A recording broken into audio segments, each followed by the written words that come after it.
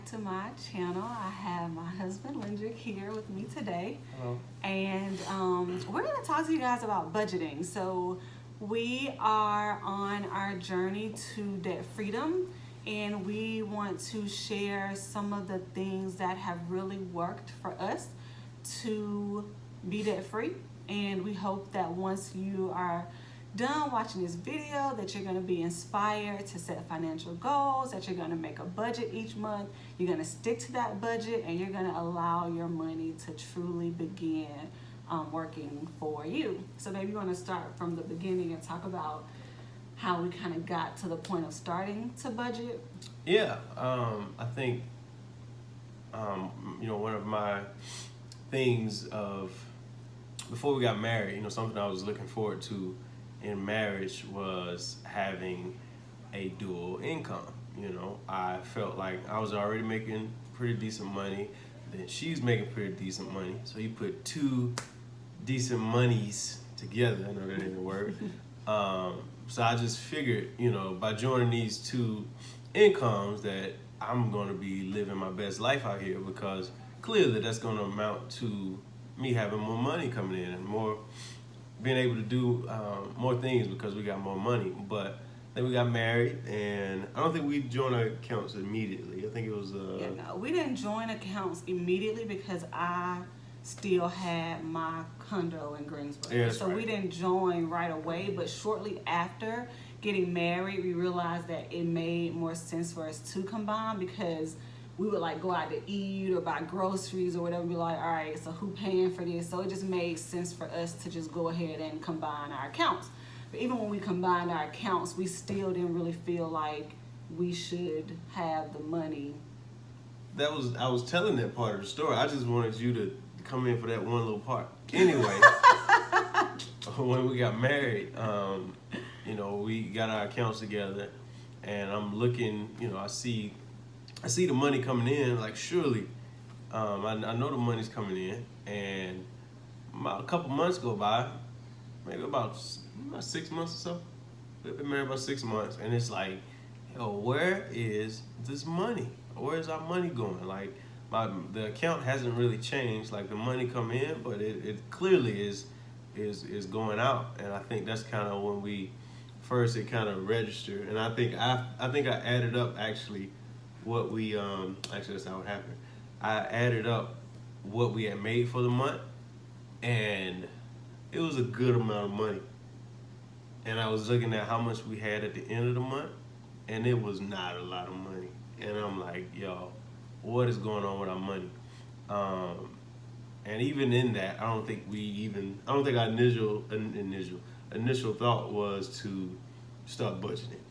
Right, and before, what we were doing each month is we would say, okay, so I gotta pay this, I gotta pay that, and then by the time we pay all of these bills, we'll have X amount of dollars left. But we weren't doing anything to really trying to control or direct where the excess money after bills, where it was going. Right. And so we started talking about buying a house. Yeah, because we the felt next thing like, you do. like you get married, you buy a house. That's law. Right, it's like a rite of passage. You get married, buy the house, had a baby, and you live the best life. And so I was, and I felt like, as a man, I felt like, I want to. And then you get all these things, like people telling you, man, like you getting older now, you shouldn't be still renting and all these other things. And it's like, okay, I need a house. And then I had, my friends are starting to buy houses, and it's like, I need a house. So I got Zillow downloaded. There was another app I was using, and my whole focus is on, buying this house. But after you get in that budget, and I think you actually sat down, because I had been putting it off. I'm the procrastinator, kind of in the marriage or whatever. So we had talked about it, but I had been kind of putting it off. And she had just kind of went in the room one day, and she came back, and I came back, and she had it all written out, and it had the amount of debt. I think I wrote out my side of it. And then she wrote out her side. and then we put it together, and it's like, yo, we got a lot of debt. Yeah. Like, you want to tell them the number? I don't know. Nah. You want to tell? We'll wait till we debt free when we tell y'all the number. We'll wait. Like it was like we got a house Yeah. in debt right now. Like you can get a nice house with the amount of debt we had, and it was like I was angry with myself because it's like, you know, I'm looking at all the amount and I pull my bank statement for that previous month and I see I done spent $150 at Chick-fil-A and we going out to eat. We spending in a span of a weekend. We spent $300-400 just in going out to eat and doing little miscellaneous stuff around the city. And it's like I am blowing, and this is, you know, we realize this is where all of our money is going. It's not that we don't have it; it's we're blowing it. Yeah. So we wrote it down, and then I had already started reading the Total Money Makeover book by Dave Ramsey and his 7 baby steps, and then Lindrick read the book, and we just kind of started changing our life and the way that we live, the way that we planned our money, and the way that we budget. So to budget, we do, first let me go back. If you are married, you should be doing a budget each month with your spouse. Like you can't, like, and for those that, like, we didn't have that problem as far as not being on one accord about where we wanted to go, but for those that are people that have 2 different mindsets on spending money or saving money, I'm not even sure how that works, because it's like if we don't agree on money, like we in trouble. And I think I forgot the percentage, but a large amount of marriages are the divorce rate is the finance part. So like if you're married, like I can't stress it enough, like you have to be on one accord. Like she can't have a separate account over here and you got a separate account and you pay this and you do that. I just don't know how that would work. So I would encourage anybody who's married to, y'all gotta get on one accord about the money, because you can't pull in 2 different directions. Yeah. So if you're married, make sure that you're doing your budget each month with your spouse. And we are different people. Big time. We're different, okay? He is like black and white, by the book, the plan says, and I can be that way, but then I can sometimes be like, oh, well, you know, like just today, they building a TJ Maxx and a Home Goods up the street. I was like, oh, I'm excited about that. And he was like, for what? Like, you ain't going. He's like, you're not going. I'm just like, oh, I can't go to Home Goods. But it works for us because he is definitely going to make sure that we stick to the budget. He like, hey, we got this in the account. So when we have our budget meetings, most of the time he's the one that's really plugging the numbers and watching. And I come, I give my input, but he really kind of manages and makes sure that the numbers match up and all that stuff. But if you're not married, find you an accountability partner, a good friend, you know, maybe even your mom or your dad or your aunt or somebody that you trust, who is going to hold you accountable and make sure that whatever financial goals that you have in place, they're going to hold you accountable to meeting those goals. Okay? So I just wanted to say that. Do this with someone. Okay? But 2 things that we use that help us with our budget is we use the EveryDollar app, and then we also use a spreadsheet that has all of our bills due dates. So the EveryDollar app, his baby, I look at it, but he plug in all the numbers. But the EveryDollar app allows you to categorize everything from your rent to fund money to miscellaneous, your car, your debt, whatever. Like, you can categorize. So as you're doing your budget, you can say, all right, I'm setting $400 for groceries for the month. And as you go to the grocery store, you would go and adjust that category to reflect what you actually spent. But babe, I'll let you talk about EveryDollar. Yeah, you just talked about it. Well, I didn't know if you had more to add to it. So like she said, it's an app. Dave Ramsey, his team actually created the app, and it's is great because it breaks it all out for you. Like if you, it has your tithe in there, charity, rent, savings, gas, childcare, anything that you can think of. Exercise, clothing, fingernails. If you want cosmetic stuff, it has all of that in there. So you create that plan for all of those items.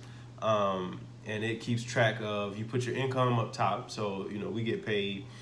On the 15th and the 30th. Right, 15th and 30th, and I get paid every 2 weeks. So it normally offsets. But anyway, we would have four income, four paychecks coming in that month. So you put that up top and whatever that number is, and it'll add that to it'll add all that up. It does the math for you and everything. And so you put your bills in there, and you just run it down and you plug in those numbers.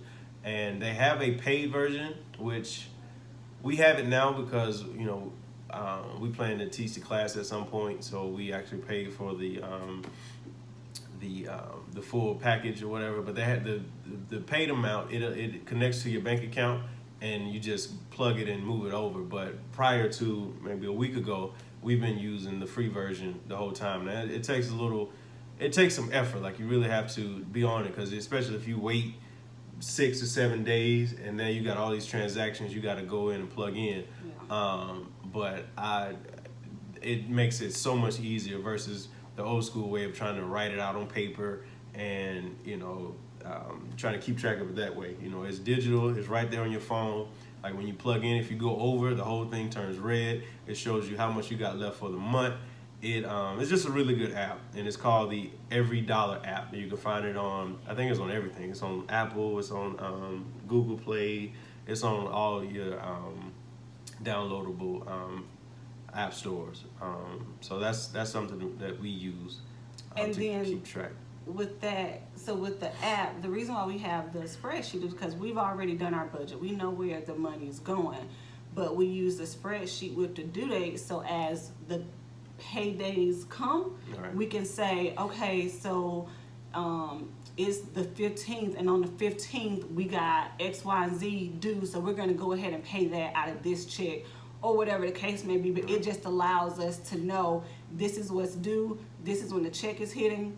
We go ahead and pay those bills. Right. So especially if you get paid bi-weekly or just 15th and the 30th, you don't want to spend all your money, on the first end and not have enough money to get you to the next paycheck. So the spreadsheet help us to, okay, this is what we got. We can, with this section of paychecks, we can pay this and we'll save the rest for the second half.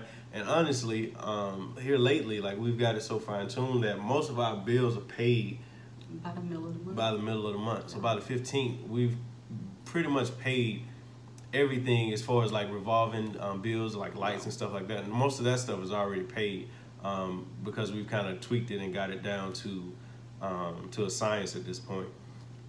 What's your next? Yeah, and then we just have to still manage like the gas and those types of things. You want to talk about that right there with the budget, when you're building the budget? Oh yeah. Just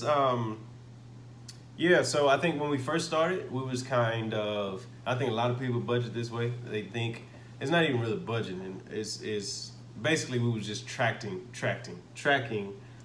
what we were spending. Mm-hmm. So like, we didn't have any guidelines. It was like, okay, we spent $200 in this. We write down $200 because that's not really a budget.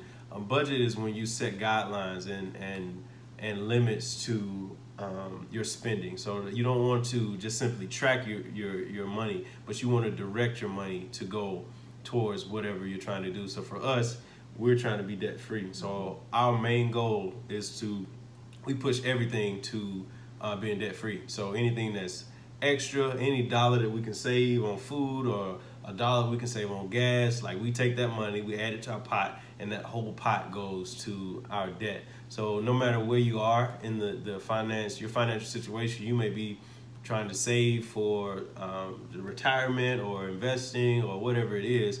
You can use this budget. You have to direct your money to whatever that is versus just, I'm just tracking it. Because when you're tracking it, you're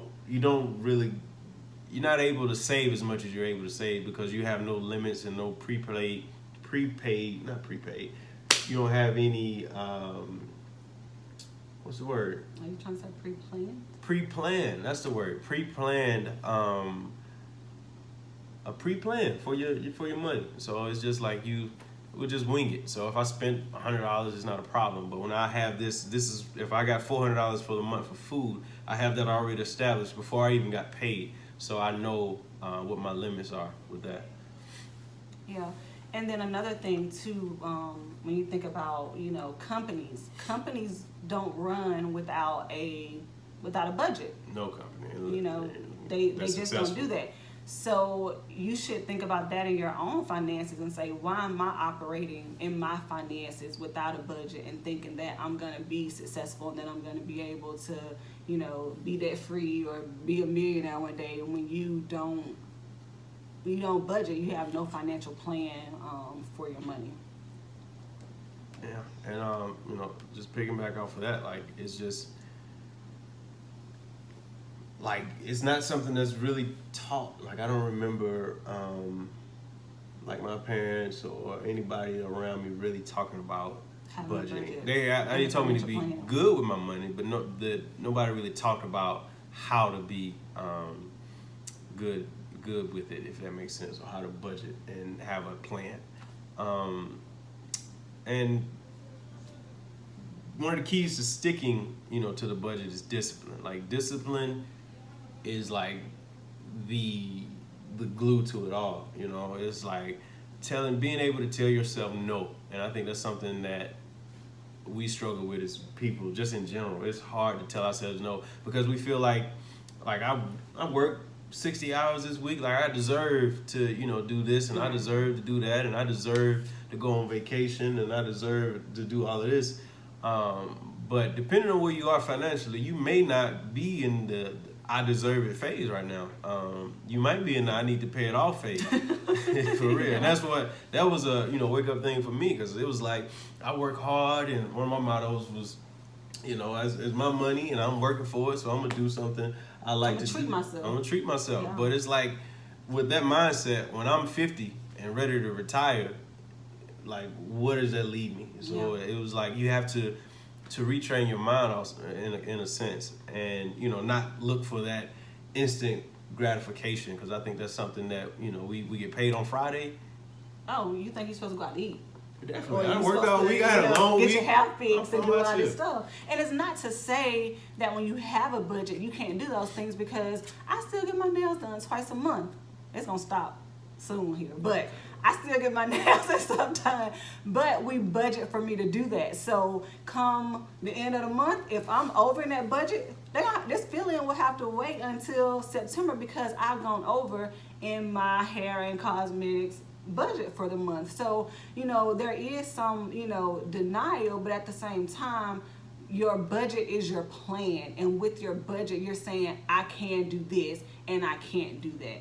Yeah, and I don't even think it's not even so much a can't. Yeah, it's not even a can't or denial. It's like discipline. It's like I've got a limit to it. So if I'm over on my food budget and I need to pull from my haircut, I might not get a haircut this week, and it's because I know what I'm really trying to do. And I think when we have that boundary, we set ourselves up for success. When we don't, we set ourselves up for failure, because I know you can think plenty of times of when you get paid on that Friday and you think you look at your check, your bank account, and it's sitting nice, and you're like, I'm good, but you really hadn't accounted for all the stuff you really need to take care of. So because you think in your head you got more money than you do, so Friday night I'm linking up with the fellas. We out, we doing our thing, spent some money here, went out to eat, did this, went to Top Golf, spent this money. Saturday night, she want to go out. Ain't no problem. Where you want to go? Fine dining.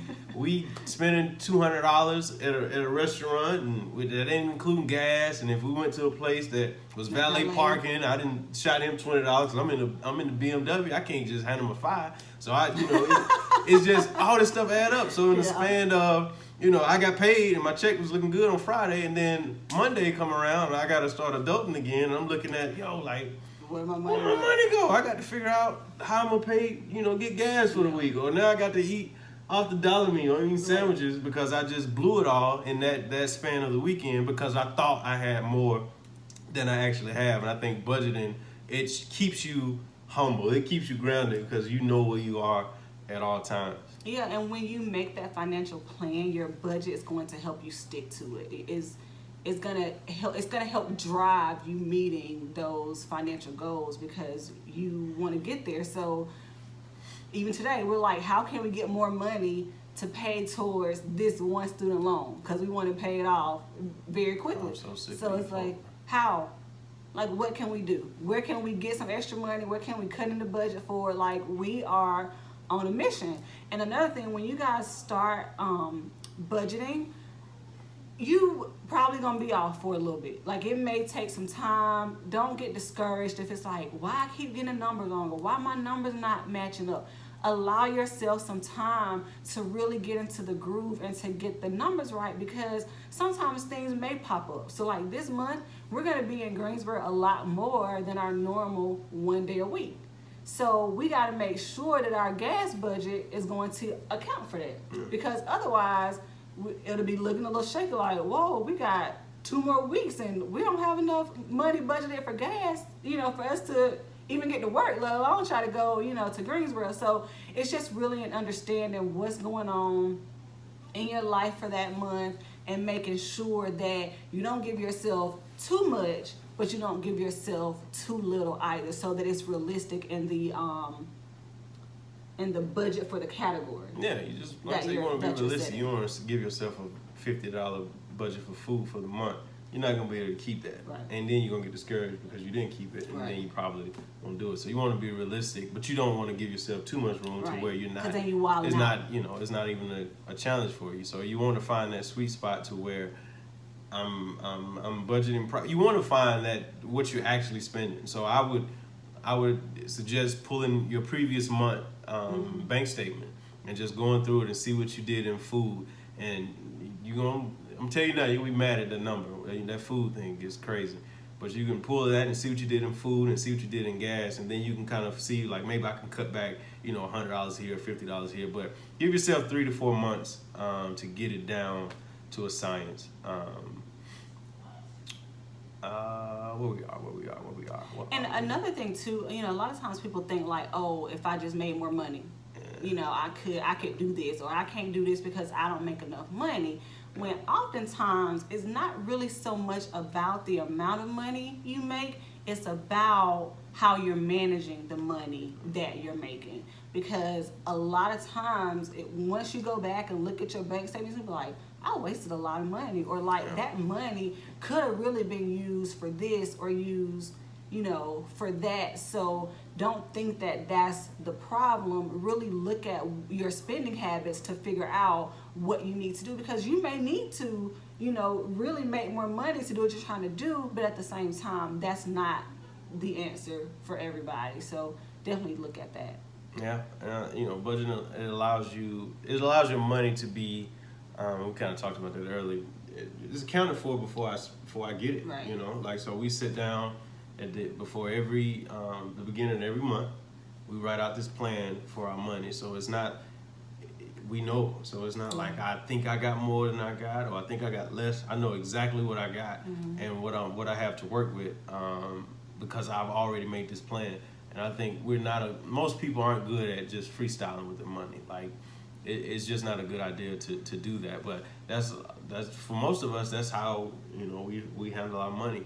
And I think this, especially with that EveryDollar app, it frees you from worrying about, can I do this, or can I afford to do this, or I think because you have it written down and you see what you got coming out and you see what you got going in, and you know exactly where you stand. And for us, man, it gives me a sense of peace for a minute, because like one of my biggest fears is like living check to check. Like, I don't want to live check to check.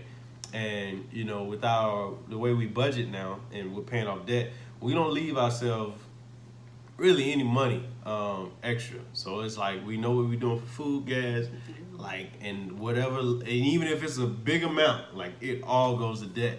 So even though if you look at the account, we're broke, but we've been throwing money at this stuff, and it's relieving, man, because you start to see this stuff fall off, like, you know, we started out, I think we had maybe, say about 16, 17 items on our list as far as the payoff. And like, you start with the smallest, and I don't even think we talked about that, did we? We didn't talk about the snowball. So we use what's called a debt snowball. So basically, you list all your debts from smallest to largest, and you pay minimum payments. What the minimum payment that you're allowed to pay on all those, and the one that you're focused on at the top, the smallest, you throw everything at it. And once you pay that off, you take what you was throwing at that plus any other money you can find, and you attach it to the next one, and it just creates this snowball effect. So by the time you get to the big items, you got a lot of money that you're throwing at these things. And just to see those things, like we started off about 15, 16 items that we had on our list, and now we're down to just our student loans, which is about 3 items if you separate it. And just to see those things falling off, and you can see all this money just being freed up. But like I said, our goal is to be debt free, so we're not able to use that money just yet in the way we would want to. But just knowing that we freed up this amount of money, it's freeing for me, man, because it's like that debt, man. It chokes you, man. It's like it's suffocating. It's like you make X amount of dollars, and 60% of that is going to somebody else getting rich off of it. So it's like, man, I can't do that. And then don't get me started on the interest that accrues by the day. But to me, it's we sacrifice a lot as far as not being able to do what we want to do all the time. But the reward and the freedom that you feel, and we're not even finished, but the freedom that we feel, I can't even, put words on it or say that it's not worth it, because it's definitely worth it. Yeah, and one thing before we wrap up that I want to go back to. So my paycheck is the same every 15th and 30th. My paycheck is the same. Lendrick's paycheck varies because he works off of commission. So what we did for our budget is we did like an average of, so to speak. Well, just you can do an average, or you kind of go back and find out like your baseline. So I know my checks. At worst case scenario, my check is not going to go any lower than this. Right. And so we base his income off of that baseline of what he knows that typically my paycheck is not going to be less than this amount. So when he does receive his paycheck and is more than that baseline, that's just more money that we add to go towards our debt. We don't look at that as, oh snap, let's go do something because your check was $500 more than what we thought it was going to be. It's like, no, we are throwing that money towards debt because we didn't plan on necessarily having that money anyway. So now that we have it, that's what we do. Yeah, and I think putting a name on your money, the extra money, like, it's so clutch that you put a name on it. When I say put a name on it, like give it an assignment. Like if it's going to be to pay off debt, if it's going to savings, wherever it is, give it that before you do anything with it. Because if you don't put a name to it, you'll just start eating off of it. And I can think of so many times, like income tax season, people get the check, blow their whole check, and they ain't got nothing to show for it. Couldn't tell you what they did with it, couldn't tell you what they paid off with it. So I think when you get that extra money, you have to put a name on it, because once you put that a name on it and attach it to it, this is what that's for, and it prevents you from just doing frivolous, stupid stuff. Because many of March after the income tax season, I've purchased some dumb stuff, and I couldn't tell you what none of it is right now. Yeah. So budgeting for us is not only helped us towards our financial goal of being debt free, but it's also really helped the way we communicate in our marriage, and I think improved the health of our marriage, because if you can have good, healthy conversations doing budgeting and get through a budget meeting without wanting to like kill the other person, then like you can talk about pretty much anything, within your marriage. So it's definitely helped, I think, strengthen our marriage and making sure that we stay, focused on what our goals is. We're changing our family tree, and we don't want our children to be in bondage and to owe people money and to go to work just for all their money to go back out because they got a ton of credit card debt or student loan debt or a car payment. That's not what we want for our children. So we really want to break those generational curses for our family. Yeah, man, like she said, I just, another fear of mine is getting old and not having anything. Yeah. I know so many people that are in that retirement stage, and it's where that age you should be coasting. Like you've done all your work, you've worked the majority of your life, and you should be chilling. You shouldn't be worried about how you gonna pay this and how you gonna pay that. So one of my fears is getting to that part of my life and stressing about how I'm gonna do this, or how I need to put a roof on my house or whatever. And I just want to can't do it. I know so many people that can't, and I want to retire with integrity. If I'm working, I want it to be because I want to, not because I have to. Yeah, and then just the freedom of being retired and not having to worry about how you're going to do this because you're still in debt.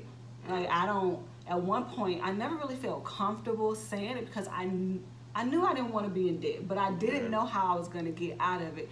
But I never felt comfortable, and I would say like, oh, student loans, like that's just going to be, forever. And I think so many of us think that we can't do it, that we cannot come out of, debt, or that, we gonna always live paycheck to paycheck. And that is not true. And that is not the life that God intended for us to live. And we don't have to live it, but we have to start making wiser decisions and not allowing what we see or what other people have normalized to be normal for you. So we want to be different. We want to be debt free. We want to live well. We want to be able to be a blessing and give to other people. But when you get paid, if you got to pay 20 people because you owe them, that doesn't allow you to be a blessing to other people because you can't give because all of your money is going out for you to pay people. And we don't want that to be our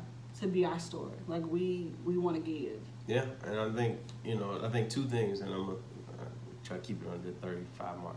But I think, one, we have to stop thinking that for some reason in our culture we just think somebody's gonna come along and save us. Like I'm gonna hit the lottery, right, or some just God gonna just bless me out of the sky. I'm not saying that He can't, but God wants us to be stewards. Wise stewards over the stuff that He's given us and the income He's allowed us to make. So we can't just think I've been tricking off on my money, and I'm unexpected checks in the mail and all this other stuff. Mm-hmm. We have to be good stewards over what He's given us, and I think we have to redefine what being broke actually is. Because I thought if I got money in my checking account, then I'm good. I'm not broke. But technically, if you have a negative net worth, then you're broke. You're broke. If you owe more people than you have in assets, you're broke. So I would encourage anybody just to write down all your debt and write down what you own. So what you owe versus what you own, and whatever that number is, if it's in the negative, if you owe more than you own, then technically you're broke. And when you get that in your mind, I think you'll start looking at it a little different, because it ain't about, even with like a car, like I can maybe afford a $500 car note a month. I can afford to pay it. Yeah. But it ain't just $500 a month. It's a whole car. Yeah. And I just think we look at it a little different. I think we need to look at the bigger picture minus the smaller things. So that's what we're on. We got to share the good.